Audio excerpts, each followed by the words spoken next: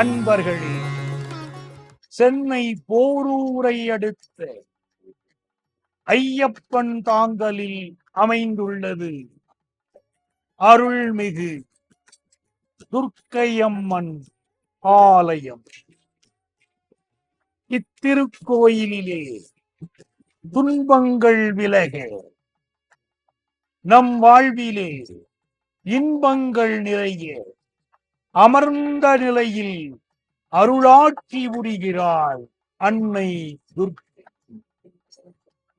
வாழ்வுமானவள், எந்தன் வாக்குமானவள், வானில் நின்றனள், இந்த மண்ணில் வந்தனள்.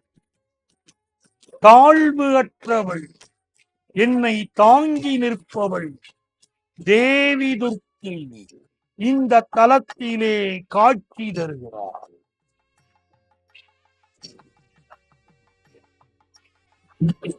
வேண்டும் வரம் தரும் கணபதியை, வேதங்கள் போற்றிடும் குணநிதியை நாளும் போற்றி வணங்கிடுவோம், ஞானம் பெற்று உயர்ந்திடுவோம். வேண்டும் வரம் தரும் கணபதியை, வேதங்கள் போற்றிடும் குணநிதியை நாளும் போற்றி வணங்கிடுவோம், ஞானம் பெற்று உயர்ந்திடுவோம்.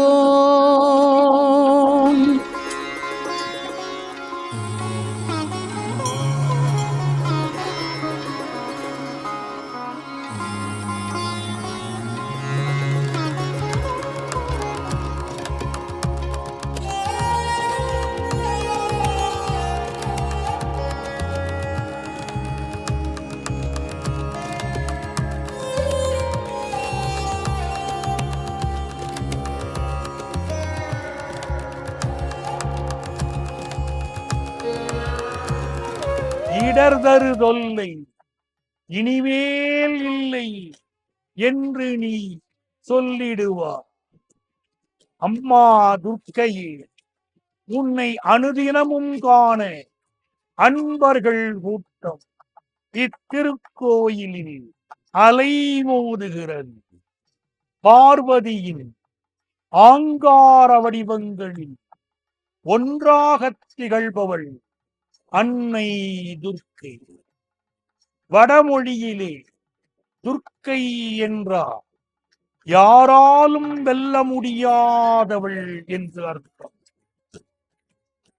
தமிழிலே வெற்றிக்கு உரியவளாக துர்க்கை கூறப்படுகிறார். கலிங்கத்து பரணி தமிழ் இலக்கியம் கொற்றவையை பற்றி பேசுகிறது. பரணி பாடுதல் என்பது தமிழிலே இலக்கியத்தில் உள்ள ஒரு வழக்கமாக இருந்திருக்கிறது. அன்பர்களே, மகிஷாசுரனை, மேதி அவுணனை அழிக்கவே துர்க்கையின் அவதாரம் நிகழ்ந்தது. அதனாலேயே துர்க்கையை மகிஷாசுரமர்த்தினி என்று அழைக்கிறோம்.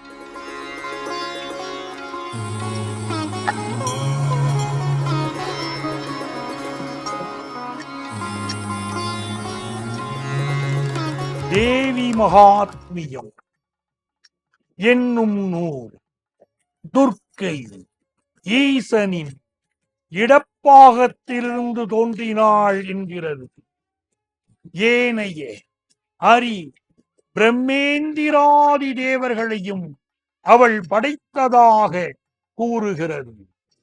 பஞ்சமி, பைரவி, பர்வத புத்திரி, அன்னையே துர்க்கையே, என்றும் எங்களுக்கு அருள் பாலிப்பவளே என்று இந்த தலத்து துர்க்கையை வழிபட்டால் ஏராளமான நன்மைகள் நம் வாழ்க்கையிலே நிகழ்ந்தேறுகின்றன. அன்பர்களே, துர்க்கையை வழிபட துன்பங்கள் அகலும், இன்பங்கள் பெருகும். துர்க்கையின் முக்கியமான வழிபாட்டு காலம் நவராத்திரி. துர்கா பூஜை என்ற பெயரில் நம் தாய் திருநாடு முழுவதும் சிறப்பாக கொண்டாடப்படுகிறது நவராத்திரி. நவராத்திரியில் ஒவ்வொரு நாளும் சக்தியின் ஒவ்வொரு ரூபங்களாக 9 ரூபங்களை வழிபடுவது சிறப்பானதாகும். அன்பர்களே, கோமுறை ஜோதி, கோமள ஜோதி, கோமதி ஜோதி துர்க்கையளி, நாவுரை ஜோதி, நால்மறை ஜோதி, நான்முக ஜோதி துர்க்கையளி என்று அனுதினமும் துர்க்கையை எவர் வழிபடுகிறாரோ அவர் வாழ்க்கையிலே வேண்டியவற்றை வேண்டியபடி நிறைவேற்றி தருகிறாள் அன்னை துர்க்கை. ஐகிரி நந்தினி ஸ்லோகம் சொல்லி இத்திருத்தலத்திலே அமர்ந்த கோலத்தில் காண கிடைக்கும் இந்த அம்பிகையை வழிபடுங்கள்.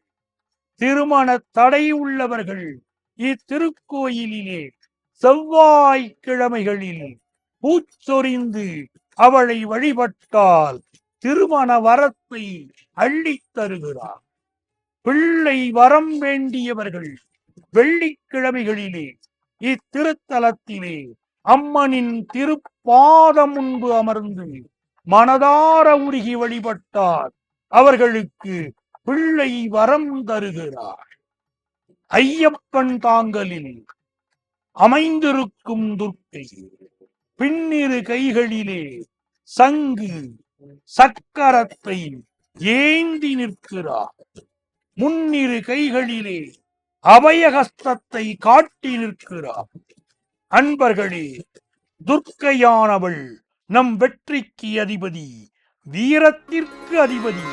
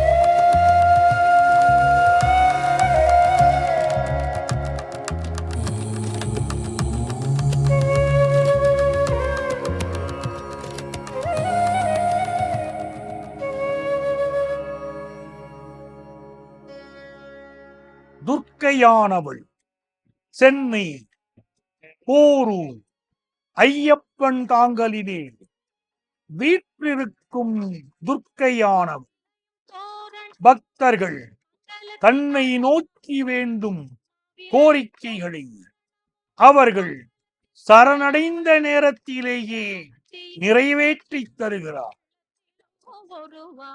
அதனால்தான் துர்க்கை அம்மனிடம் வேண்டிக் கொண்ட பக்தர்கள் வருடம் முழுவதுமே இங்கே பூச்சொரிதல் விழா எடுத்துக்கொண்டே இருக்கிறார்கள். பாடிடுவோம் அஷ்டலட்சுமி திருநாமம் சங்கு சக்கரதாரி நமஸ்காரம் சகலவரம் தருவாய் நமஸ்காரம் தேவி நமஸ்காரம்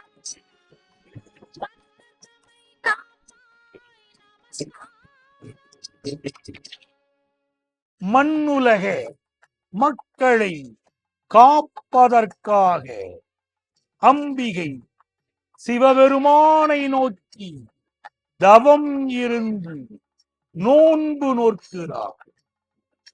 விரத நாட்களில் அம்மன் கடுமையான பட்டினி விரதத்தை மேற்கொள்கிறார்.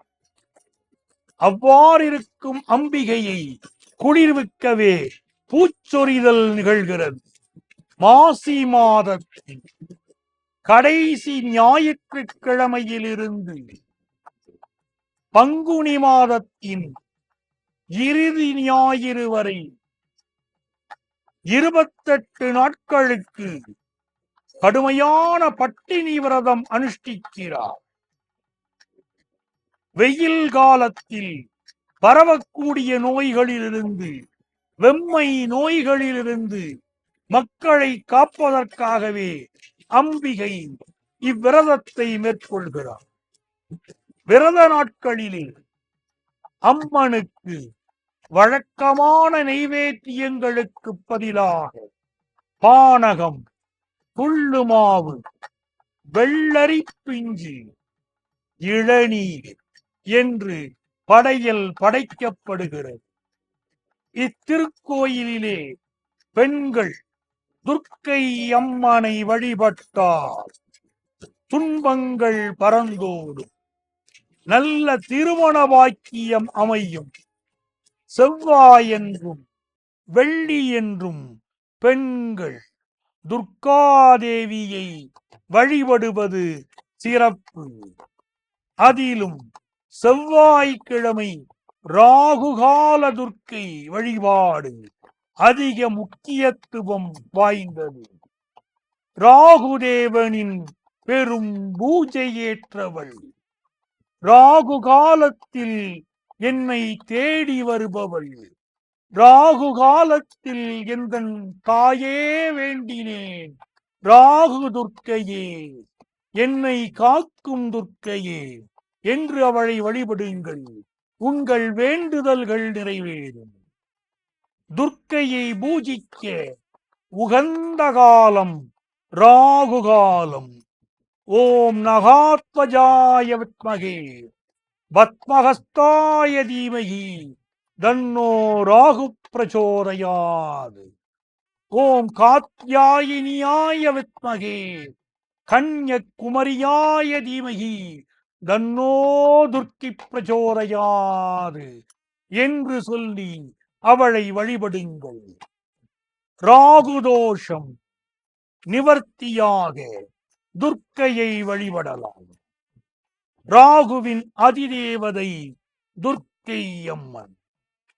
துர்க்கை கண்ணனுக்கு மூத்தவள் என்பதால் விஷ்ணுவின் அவதாரங்களில் பிறந்த திதிகளான அஷ்டமி, நவமி ஆகியவை இவளுக்கு உகந்தவை.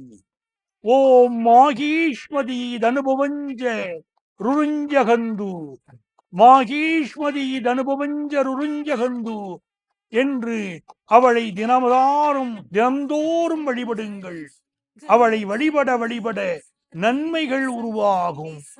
ஏதச் சரித்திர மகிழம் லிகிதம் ஹி யஸ்யா சம்பூஜிதம் ஸ்தனயேவ நிவேச்சிதம் வா துர்க்கஞ்ச தாரயதி துஸ்தர மப்பியசேஷம் ஸ்ரேய பிரயச்சதி சாம் சர்வமுமாம் பஜேதாம் என்று சொல்லி அன்னையை வழிபட துர்க்கையுடைய அனுக்கிரகம் பரிபூரணமாக சித்திக்கிறது. அவளுக்கே உரித்தான பௌர்ணமிகளில், அமாவாசைகளில், செவ்வாய், வெள்ளி, ஞாயிற்றுக்கிழமைகளில் வழிபட வழிபட நம் வாழ்க்கையிலே எண்ணற்ற முன்னேற்றங்கள் ஏற்படுவது உண்மை. ராகு காலத்திலே துர்க்கை ஆலயத்தில் ஒரு எலுமிச்சை பழத்தை இரண்டாக நறுக்கி சாறு விழிந்து விளக்கு போல் ஏற்றி நெய் ஊற்றி அதன் பின்னரே 5 இழைகள் கொண்ட நூல் திரி போட்டு அவளுக்கு தீபம் ஏற்றுகிறோமே, அந்த தீபத்தினால் நம்முடைய வாழ்க்கையில் ஒளியை ஏற்றுகிறாள் அன்னை. ஞாயிற்றுக்கிழமைகளில் மாலை 4:30 6 மணிக்குள் தன்னை வேண்டுபவர்கள் வாழ்க்கையிலே என்ன தேவைகளோ அதை அன்னையே முன்வந்து நிறைவேற்றி தருகிறார். நமக்கு துர்க்கையின் ஸ்லோகங்கள் சொல்ல தெரியாவிட்டாலும் கூட ஓம் துர்க்கையே போற்றி என்று கூறி வழிபட்டாலே போதும் நன்மைகள் பல நிகழும். ஓம் துர்க்கையே போற்றி, ஓம் துர்க்கையே போற்றி, ஓம் துர்க்கையே போற்றி.